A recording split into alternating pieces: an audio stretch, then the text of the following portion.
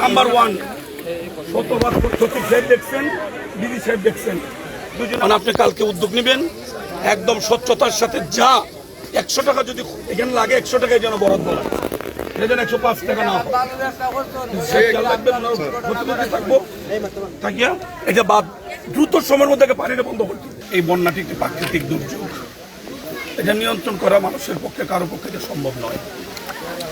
অতিবৃষ্টির কারণে উজান থেকে নেমে আসা পানি দুর্বল বাঁধ থাকার কারণে এখানে পানিতে গত রাত্রে 8:30-9টার দিকে দুর্ঘটনা ঘটছে।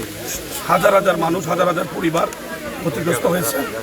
মাননীয় প্রধানমন্ত্রী শ্রদ্ধা জনাব তারেক রহমান সাহেব রাত্রে বৃষ্টিতে অবহিত হয়েছেন এবং সঙ্গে সঙ্গে জেলা প্রশাসন সহ সংশ্লিষ্ট সকলকে নির্দেশ দিয়েছেন।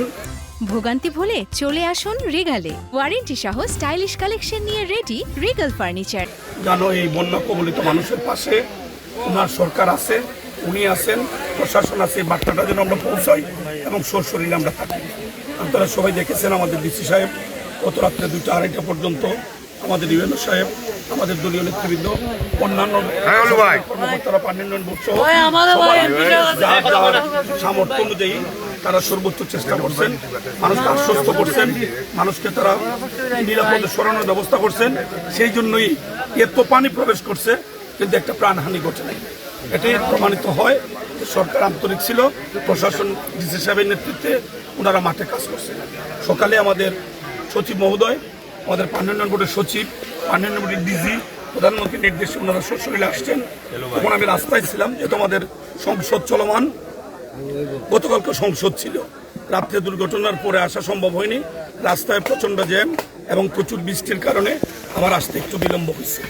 আমরা সবাই একমত যে এই খোয়াই নদী যেহেতু কোনো ধরনের বালু ইজারার ব্যবস্থা নেই, সরকার এখান থেকে ইজারা যে 2 পয়সা কামানোরও সরকারের কোনো আগ্রহ নেই।